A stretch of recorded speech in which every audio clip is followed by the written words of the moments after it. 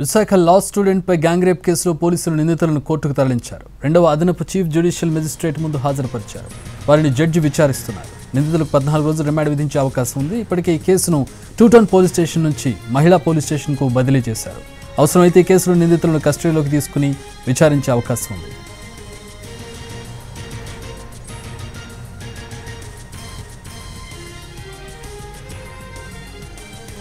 దీనికి సంబంధించి మరిన్ని వివరాలు మా ప్రతినిధి చిరంజీవి లైవ్ లో అందిస్తారు. వైజాగ్ నుంచి చిరంజీవి.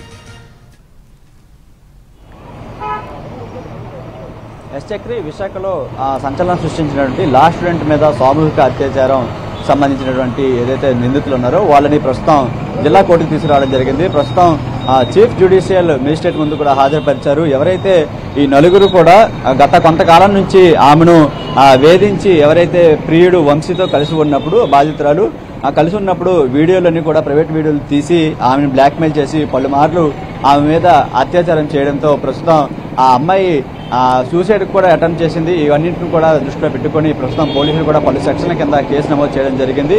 మరి కాసేపట్లో ప్రస్తుతం మనం చూస్తున్నాం జిల్లా కోర్టు వద్ద ఉన్నాం. మరి కాసేపట్లో మెజిస్ట్రేట్ ముందు హాజరుపరిచే అవకాశం ఉంటుంది. తర్వాత ఎన్ని రోజులు రిమాండ్ విధిస్తారనేది కూడా చూడాల్సి ఉంది. దాని తర్వాత మళ్ళీ కస్టడీలోకి తీసుకునే అవకాశం ఉంది. ఎందుకంటే కలిసి ఉన్నప్పుడు వీడియోలు తీసి బ్లాక్మెయిల్ చేయడం, పలుమార్లు వారి మీద అఘాయిత్యంగా పాల్పడడం, గ్యాంగ్ రేప్ లాంటివి చేయడం అన్ని కూడా చేయడం జరిగింది.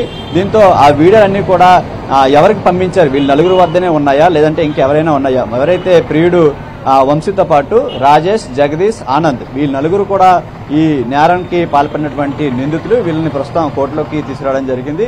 అయితే వీళ్ళు నలుగురు వద్దనే ఆ వీడియోలు ఏవైతే ప్రైవేట్ వీడియోలు అమ్మాయికి సంబంధించినటువంటి ప్రైవేట్ వీడియోలు ఉన్నాయా లేదంటే వేరే వాళ్ళ దగ్గర ఎక్కడైనా ఉన్నాయని కూడా తెలియజేస్తుంది. వీరంతా కూడా గౌరవప్రదమైనటువంటి ఒక లా విద్యను అభ్యసిస్తూ ఈ విధంగా పాల్పడడం కూడా సిగ్గుచేటని చెప్పేసి లాయర్లంతా కూడా